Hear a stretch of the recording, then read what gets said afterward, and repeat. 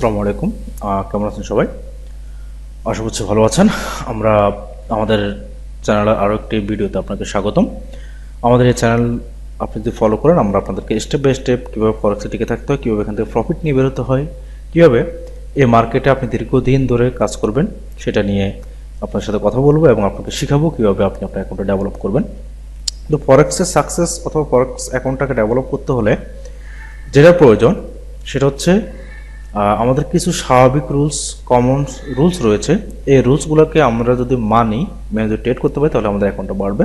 এবং এই রুলসগুলোর মধ্যে একটি রুলস নিয়ে আমি অলরেডি দুইটা ভিডিও বানিয়ে ফেলেছি, যে দুইটা দেখলে আপনারা বুঝতে পারবেন যে কীভাবে আপনি আপনার অ্যাকাউন্টটা টিকে রাখতে পারবেন এবং কীভাবে আপনি ডে বাই ডে অ্যাকাউন্টটা গ্রো করবেন। তো আমরা একটা বিষয় নিয়ে দুইটা ভিডিও বানিয়েছি। আমরা ফরেক্সের সাকসেসের আরও একটি বিষয় নিয়ে আর কথা বলবো আপনাদের সাথে, যেন আপনারা অ্যাকাউন্টটা গ্রো করতে পারেন। তো আমরা আজকে কথা বলবো হচ্ছে মানি ম্যানেজমেন্ট বিষয়টা নিয়ে। তো মানি ম্যানেজমেন্টটা হচ্ছে এমন যে আপনি আপনার যে অ্যামাউন্টটা আছে, যে ফান্ডটা আছে, এই ফান্ডটাকে আপনি ম্যানেজ করে, ফান্ডটাকে আপনি ব্যালেন্স, এই ফান্ডটাকে আপনি ম্যানেজমেন্ট করে আপনি আপনার অ্যাকাউন্টটা কীভাবে গ্রো করবেন সেটা নিয়ে কথা বলি। তো মানি ম্যানেজমেন্ট আমরা কেন করব? মানি ম্যানেজমেন্ট করার উদ্দেশ্য হচ্ছে যে ফরেক্স মার্কেটে কিন্তু 100% নয়। এখানে আপনি প্রতিটা ট্রেড লাভে আসবে, প্রতিটা ট্রেড আপনি লাভ করবেন এরকম কিন্তু নয়। এখানে কিছু ট্রেড লাভ হবে, কিছু ট্রেড লস হবে। এবং এই লস যে অ্যামাউন্টটা আমাদের লস হবে, আমাদের প্রফিটেবল ট্রেডগুলোর মাধ্যমে এই অ্যামাউন্টটাকে রিকভারি করে নিয়ে আসার জন্য আমাদের মানি ম্যানেজমেন্টও অতি গুরুত্বপূর্ণ।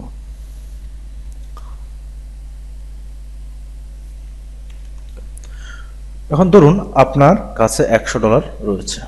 সাপোজ আপনার কাছে আছে $100। আপনি $100টাকে কিভাবে ম্যানেজ করবেন? যেহেতু ফরেক্স মার্কেট 100% নয়, আপনি চাইলেই প্রতিটা ট্রেডে আপনি 1 লাখ করে লট ইউজ করতে পারবেন না। কারণ আপনি যদি 1 লাখ করে লট ইউজ করেন আপনার $100 অ্যাকাউন্টে, আপনার অ্যাকাউন্টটা নিমিশে ব্যানিশ হয়ে যাবে। যদি মার্কেট আপনার বিপক্ষে চলে যায় তাহলে আপনার অ্যাকাউন্টটা কিন্তু নিমিশে ব্যানিশ হবে। যদি আপনি প্রফিটে যায় সেটা হিসেবে ভিন্ন। যেহেতু এখানে প্রতিটা ট্রেড লাভে আসে না, কিছু ট্রেড লসও যায়, এজন্য আমাদেরকে ম্যানেজ করতে হবে যে কিছু ট্রেড লস হবে, এটার জন্য আমাদের কিছু অ্যামাউন্ট বাজেট করতে হবে, কিছু ট্রেড প্রফিটে আসবে, এই জন্য আমাদের কিছু বাজেট করতে হবে। তো এভাবে আমরা মানিটাকে ম্যানেজ করে আস্তে আস্তে আমরা অ্যাকাউন্টটা আগাবো। তো মানি ম্যানেজ আপনি $100 কীভাবে মানি ম্যানেজমেন্ট করবেন? $100 আমি যেভাবে মানি ম্যানেজমেন্টটা করি সেটা হচ্ছে প্রতি $100 0.01 লটের বেশি আমরা ইউজ করব না প্রতিটা অর্ডারে। এবং আপনি যদি মানি ম্যানেজমেন্টে 0.01 লটে যদি ইউজ করেন, তাহলে আপনার যদি স্টপ লস থাকে হচ্ছে, ধরুন আপনি যে ট্রেড করেন, আপনার স্টপ লস হচ্ছে প্রতি ট্রেডে ধরুন $4 করে আপনার স্টপ লস আপনি ক্যারি করেন। এখন যদি আপনি $4 করে লস ক্যারি করেন, তাহলে আপনি 100 ট্রেডে কতটা ট্রেড নিতে, $100 আপনি কয়টা অর্ডার নিতে পারছেন? 25টা অর্ডার আপনি নিতে পারছেন। ঠিক আছে, 100 ট্রেডে আপনি কিন্তু 25টা অর্ডার নিতে পারছেন। আপনি মানি ম্যানেজমেন্টটা করার কারণে আপনি $100 আপনি 25টা মতো অর্ডার নিতে পারছেন, অর্থাৎ 25টা ট্রেড আপনি একসাথে লস করলে আপনার অ্যাকাউন্টটা জিরো হবে। ঠিক আছে, কিন্তু আপনি যদি একটা অর্ডারেই আপনি যদি $1 বা 10 সেন্ট 15 সেন্ট যদি আপনি নিয়ে নেন, একদম সাপোজ আপনি যদি একটা অর্ডার 10 সেন্ট নেন, তাহলে কিন্তু আপনার এই $4 জায়গায় কিন্তু $40 লস চলে আসবে। ঠিক আছে, যার কারণে আমরা মানি ম্যানেজমেন্টটাকে এমনভাবে করব যেন আমরা বেশি করে ট্রেড করতে পারি আমাদের স্ট্র্যাটেজিকে ফলো করে, এবং আমাদের উইনিং রেশিও যদি 60-40 হয়, তাহলেও কিন্তু আমরা এখান থেকে প্রফিট নিয়ে বেরোতে পারি। এখন মানি ম্যানেজমেন্টটা আপনার স্ট্রং হওয়ার কারণে, এবং আমি যেভাবে মানি ম্যানেজমেন্ট করি 0.01 লটে আমি যে $100 অ্যাকাউন্টে 0.01 লট আমি ইউজ করি একটা ট্রেডে, এবং এই ট্রেডটা ক্লোজ না হওয়া পর্যন্ত অথবা ব্রেক ইভেন না হওয়া পর্যন্ত আমি অন্য কোনো অর্ডার ওপেন করি না, বা আপনাদেরও করা উচিত নয়। কারণ আপনি যদি একসাথে 2টা অর্ডার ওপেন করেন, তাহলে কিন্তু আপনার একসাথে কিন্তু $8 লসের একটা সম্ভাবনা রয়েছে। যদি 3টে অর্ডার করেন, তাহলে কিন্তু $3-4 $12 লস হওয়ার একটা সম্ভাবনা রয়েছে একসাথে। এবং যদি আপনি 4টা করেন, তাহলে কিন্তু $16 লস হওয়ার সম্ভাবনা রয়েছে। তো এই জন্য আমরা একটা করে 0.01 লটে একটা করে অর্ডার ওপেন করবো। এটা লাভ অথবা লস না হওয়া পর্যন্ত আমরা অন্য কোনো অর্ডার নেব না, তাহলে আমরা 25টা অর্ডার কন্টিনিউ করতে পারবো। এখন দেখুন আপনি এক্সট্রা মানি ম্যানেজমেন্ট করার কারণে আপনি পাচ্ছেন কোথায় 25টা ট্রেড আপনি পাচ্ছেন। এখন 25টা ট্রেডের ভিতরে যদি আমি ধরলাম যে আপনার 50% ট্রেড লস, বা আপনি যে সিস্টেম ফলো করেন 50% ট্রেড লস এবং 50% ট্রেড আপনার প্রফিট আসে।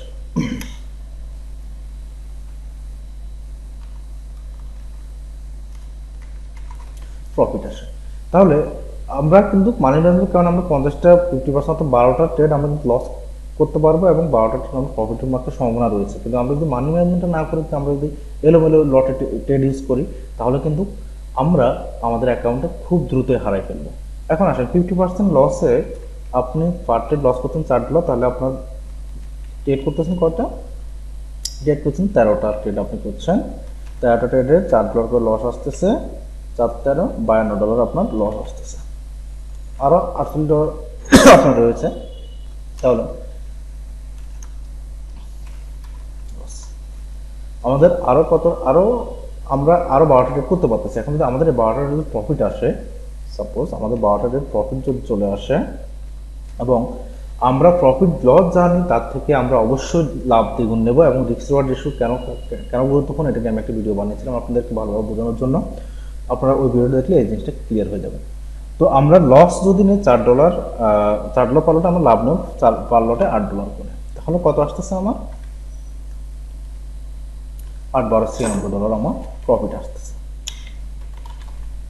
তাহলে ওভারঅল আমার প্রফিট থাকতেছে কত? প্রায় $44 মতো আমি প্রফিট থাকতেছে।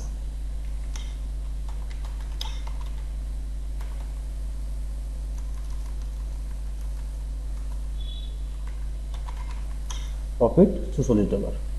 তাহলে আমার ছিল অ্যাকাউন্ট ব্যালেন্স ছিল $100। $100 থেকে আমার মাইনাস হয়েছে $52। ফার্স্টে আমি লস করেছিলাম 52, লস করার পরে আমার ছিল $48, $48 এর সাথে আমি আবার পরে প্রফিট করেছি $96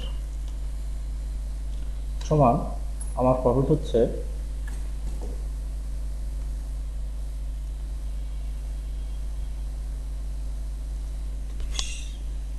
$144 হচ্ছে আমার প্রফিট।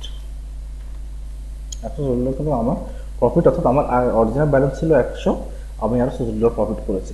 শুধুমাত্র আপনি মানি ম্যানেজমেন্টের কারণে আপনি 25টা ট্রেড করতে পারছেন এবং এই 25টা ট্রেডের ভিতরে আপনি 50% লাভ এবং 50% লস রেশিওতে যদি আপনি উইনিং রেশিওতে যদি আপনি কাজ করেন, তাহলে কিন্তু আপনার রিস্ক রিওয়ার্ডটা 1:2 হওয়ার কারণে আপনি কিন্তু ফরেক্স মার্কেট থেকে এই $44 কিন্তু প্রফিট করতে পারছেন। এটা হতে পারে আপনি 1 মাসে অথবা 2 মাসে, যখন অর্থাৎ আপনার $25টা ট্রেড যখন আপনার কমপ্লিট হওয়ার পরে কিন্তু আপনি এই প্রফিটটা করতে পারছেন। তো মানি ম্যানেজমেন্ট যদি আপনি না করতেন, আপনি যদি মানি ম্যানেজমেন্টটাকে রুলসটাকে যদি ব্রেক করে ফেলতেন, অর্থাৎ আপনি দেখেন যে একটা বা একটা জায়গায় 10 সেন্ট দিয়ে আপনি ট্রেড করতেন, তাহলে কিন্তু আপনার 2টা অর্ডার ওপেন করতে পারতেন। 2টা অর্ডার যদি লস হতো আপনার কিন্তু পুরো অ্যাকাউন্টে জিরো। কিন্তু আপনি যখন $25টা ট্রেড আপনি যখন 0.01 লট স্টক মানি ম্যানেজমেন্ট করার পর যখন 25টা ট্রেড আপনি পাচ্ছেন, তখন কিন্তু আপনার ট্রেড করার পরিসরটা কিন্তু বেড়ে যাচ্ছে, প্রবলিটি কিন্তু আপনি বেড়েছে, আপনি অনেকগুলো ট্রেড করার সুযোগ পাচ্ছেন। এবং এই 25টা ট্রেড কিন্তু আপনার একসাথে লস হবে না, কিছু লাভ হবে কিছু লস হবে, এবং কিছু লাভ এবং লসের মাঝে যখন আপনার রিস্ক রিওয়ার্ড রেশিওটা স্ট্রং হবে, রিস্ক রিওয়ার্ড রেশিওটা যখন আপনার 1:2 হবে, তখন কিন্তু আপনার 50% লস 50% লাভ দিয়েও কিন্তু আপনার $144 প্রফিট থেকে যায়। তো এই জন্য আমরা মানি ম্যানেজমেন্টটা স্ট্রং রাখতে বলি, কারণ ফরেক্স মার্কেট 100%-এর কিছুই নেই। এখানে আপনার কিছু লাভ হবে কিছু লস হবে, তবে লসটাকে লাভের মাধ্যমে রিকভারি করে নিয়ে আসতে পারলেই আপনি এখান থেকে প্রফিট করতে পারবেন এবং আপনার অ্যাকাউন্টে টিকে থাকবে। আর এই অ্যাকাউন্টটাকে টিকিয়ে রাখতে হলে আপনার অবশ্যই মানি ম্যানেজমেন্ট, অবশ্যই আপনার রিস্ক রিওয়ার্ড রেশিও, এই দুইটা অবশ্যই আপনার লাগবে। যদি আপনার এই দুইটার একটা যদি আপনি মিস করেন, তাহলে আপনার অ্যাকাউন্টটা খুব দ্রুতই জিরো হয়ে যাবে। তো আমি আশা করছি আপনি মানি ম্যানেজমেন্টটা বুঝতে পেরেছেন, মানি ম্যানেজমেন্টটা কেন স্ট্রং এটা আপনারা বুঝতে পেরেছেন। তো আপনাদের জন্য আমি ফরেক্সের উপর ফ্রি ট্রেনিং করাচ্ছি আপনাদেরকে।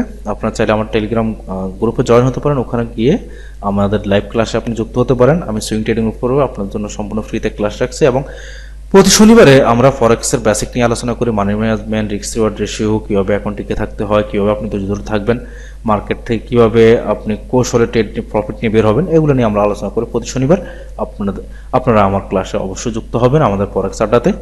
সবাইকে আমন্ত্রণ রইল। তো ধন্যবাদ সবাইকে, এবং মানি ম্যানেজমেন্ট নিয়ে পরবর্তীতে আরও আপডেট আমি জানাবো, আরও ভালো কিছু আসলে অবশ্যই জানাবো। ধন্যবাদ সবাইকে।